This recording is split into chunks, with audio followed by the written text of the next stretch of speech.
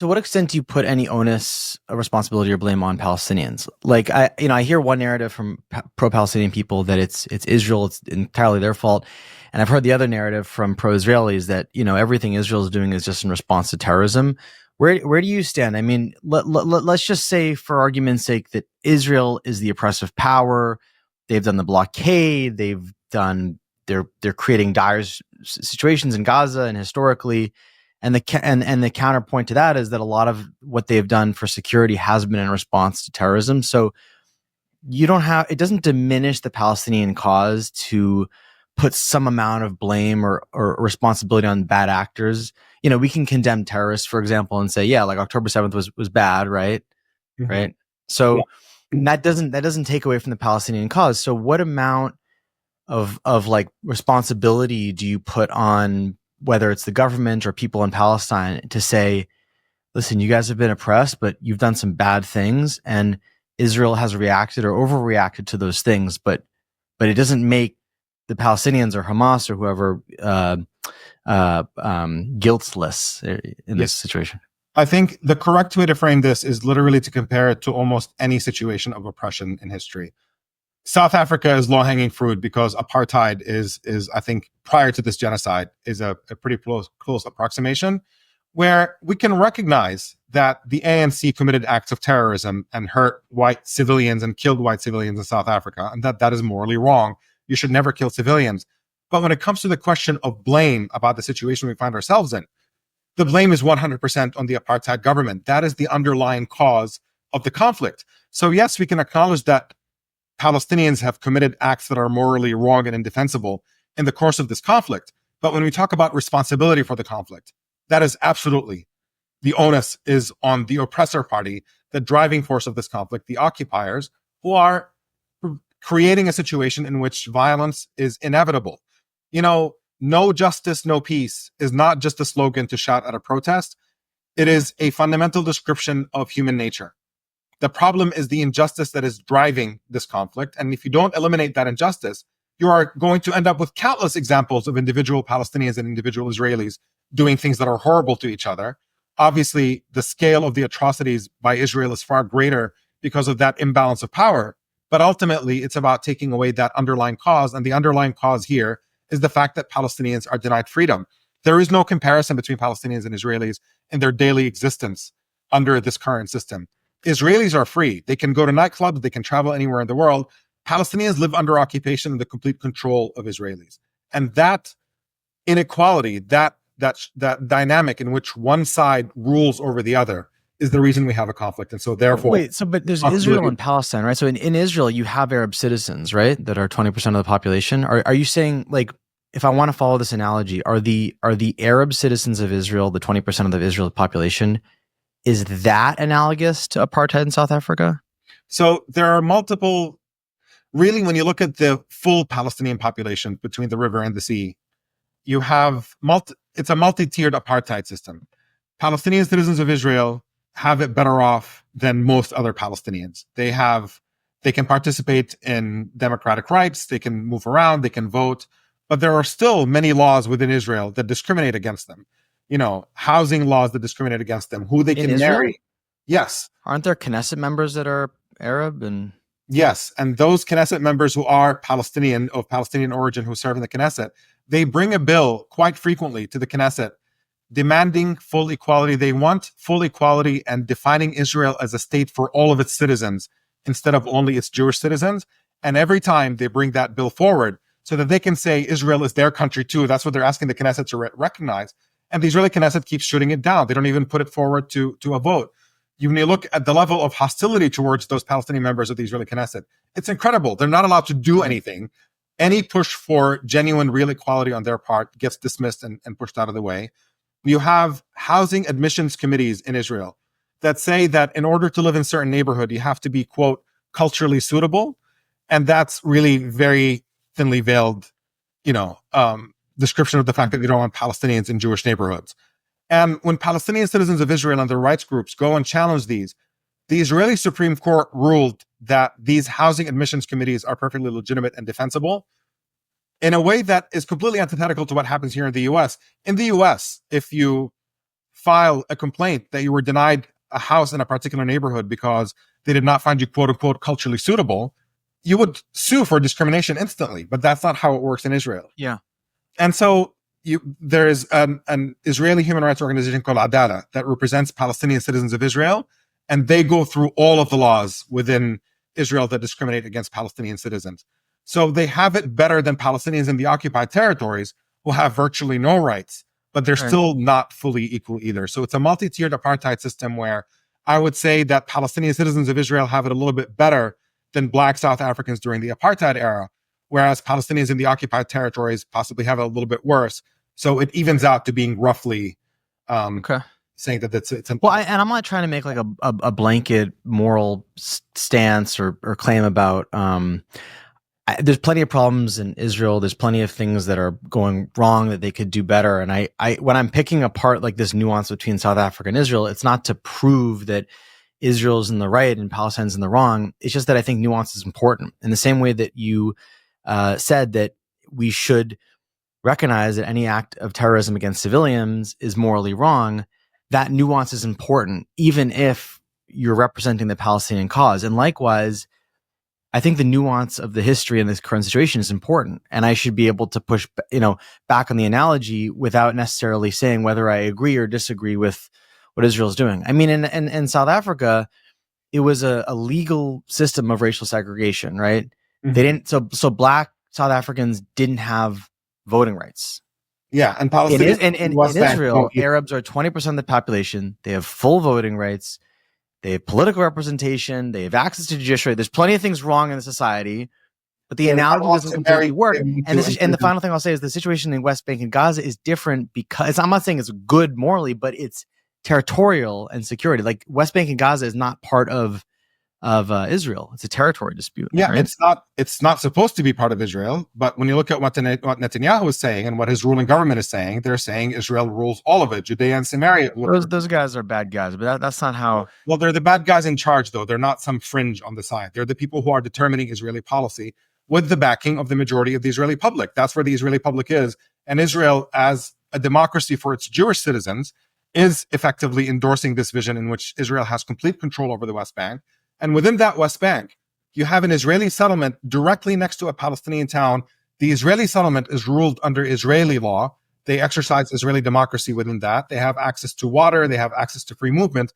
And directly next to them in the same West Bank, a Palestinian town, Palestinians who live under it don't get to vote for the government that rules their lives, the Israeli government. They don't get to move in and out freely without Israeli controls. They don't get the same amount of water as their Israeli neighbors get. And so it is apartheid. It is absolutely a system of segregation. Maybe it's a semantic thing. Omar, all I'm saying is if we're going to be like super pedantic and literal, like you and I know that West Bank and Gaza is not part of Israel. And so we can say it's genocide or whatever you want to call it. But definitionally, it's not apartheid because apartheid would have to be racial segregation within the state. Well, I'm sorry to be pedantic, but like that's right? It's Israel rules those areas. That's the part we're missing. You keep saying they're not, but Israel rules them, and that's the point. Do they rule? They absolutely rule the West Bank. I mean, if you look at the Amnesty International report, you look at the Human Rights Watch report, both of these major human rights organizations, one US-based, one England-based, they're the two largest human rights organizations in the world. They've both put out reports detailing how Israel is an apartheid state. Specifically, they say, well, they don't use the term apartheid state. They say guilty of the crime of apartheid, that they are practicing apartheid against Palestinians. And it is absolutely based on that system of discrimination that they practice against Palestinians. And sorry to come back to this, but I'll move on from this point, but how do you reconcile the fact that 20% of Israel's population are Arab citizens with full voting rights? Yes, you reconcile it by saying that Israel has a multi-tiered apartheid system in which different categories of Palestinians have different levels of rights. And so, yes, Palestinian citizens of Israel have the most rights, and then the people in East Jerusalem have less, the people in the rest of the West Bank have less, and then the people of Gaza, they're just thrown in a cage, and Israel's thrown away the key. They have, just living in absolute squalor. Wait, but and I'm sorry, I'm just slow, I guess. Aren't Gaza and West Bank, by anyone's definition, I know you're saying Israel has kind of asserts control over them, but by definition, they're not part of Israel. Like by nobody's definition, except for what is Israel doing there? That's the question. On what basis are Israeli soldiers patrolling the West? It's not part of Israel. Like if you were in Gaza, you wouldn't say I'm in Israel, right? I'm agreeing with you, but given Yeah. the fact that Israel is exercising control over the occupied territories and has made it clear that they have no intention of ever relinquishing that control, this is an occupation. And within that occupation, they've imposed the rules of apartheid. What Israel is saying, Israel is not saying that Israelis who live in Israel get one treatment and Israelis who live in the West Bank get another. They're saying any Israeli who lives in the occupied West Bank has full rights, but any Palestinian living in the same West Bank have no rights. The difference so even though it's not their land, we can, and again, like this might be a semantic thing, but even though it's not their land, we can call it apartheid because of the way they're treating them. But like if the U.S. went into Mexico and was invading Mexico and treating Mexicans badly, would that be apartheid? If the U.S. held on to Mexico for 50 years and made it held absolutely on, like, clear, what do you mean by held on? I'm saying like if they went in there and they blockaded them, and would that be? Look, maybe it's a terminology. Jake, occupations are supposed to be temporary under international law. It's a temporary situation. You're holding on to somebody else's land, but we're waiting to extricate ourselves as soon as possible. And what Israel did is build more and more and more illegal settlements in the West Bank because they want to hold on to it forever. So when we talk about occupation, that occupation is illegal. Israel's refusing to end it. They've held on to it for well over 50 years now, from this 1967 war until today. And all they've done is entrench their control of that area. A Palestinian in the West Bank cannot go anywhere else in the world without going through an Israeli border check. That tells you everything you need to know. Israel controls those areas, and Palestinians who live in the West Bank live under Israeli control. A 50-year-old Palestinian today in the West Bank has known nothing except Israeli authority over them. They have never been able to visit any other country without Israel allowing them to. And every time they've tried to come back home, Israelis search them on the way back in. Israel controls Palestinians in the occupied territories. That's the point. They did withdraw in 2005, right? Withdrew settlers, but the occupation continued. And that's a point that I think is really important because it's a very, very easily accessible propaganda point. Israel keeps saying we left Gaza. All Israel did is withdrew settlers out of Gaza, but then put Gaza under complete control from the outside, the perimeter. And Palestinians still have no airport in Gaza. They can't fly in and out. They have no seaport. Their economy is completely dependent on what Israel allows them to trade in and out. Electricity is dependent on Israel. Their water is dependent on Israel. By no means is Gaza independent. So this pretense that Gaza was freed and that Israel let them be their own is simply a lie. Israel has always been in control and has deliberately wrecked the economy in Gaza for the intent purpose of putting political pressure on the people in Gaza to punish them effectively for having voted for Hamas. And that's, if Palestinians had punished Israelis for voting for Netanyahu by putting Israel under siege and not letting them have an airport or a seaport or trade with the outside world, we would recognize what that is. But Israel gets to do it. And again, whenever Israeli aggression acts out, we always look at it from the Israeli perspective and say, well, it's understandable. They have concerns. They have this, they have that. Well, Palestinians have concerns too, and they have the right to self-defense as well. And the way Israel has treated them is just utterly unjustified under international law. And that's why every major human rights organization in the world has condemned it, including the blockade on Gaza, that even before this war has been described as illegal by every major human rights organization. Okay, so you made a statement earlier that, you know, when we look at the situation and the bad things that the Palestinians are doing in terms of terrorism, we can like look at them and call them morally wrong. But the gestalt of it, you're saying, you know, Israel's the cause. So my question is jihadism always a result of oppression? Like whenever terrorism or like extremism arises, no, this is an honest question. Yeah, I don't know what the answer is. Like, do we always say, well, that group is being oppressed and therefore like that's why, like obviously someone whose life is going very well is probably not going to become like an extremist jihadist, like probably not.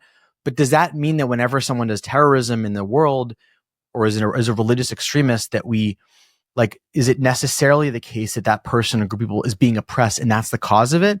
Or can jihadism kind of arise for some other malevolent reason? Yeah, I'm not a fan of that descriptor jihadism because I think it relates some things together. I think if we, you know, because one can from like terrorism, like let's talk about terrorism. I think that's fine. That's a fine frame to say. Like terrorism fueled by religious extremism. Like call it whatever word you want, but that's kind of the core of what I'm getting at. So I think the emphasis on the religious side of it is less important to me because to me, somebody whose violent reaction to oppression takes on a religious tone in one part of the world might take on a completely different tone and expression in a different part of the world.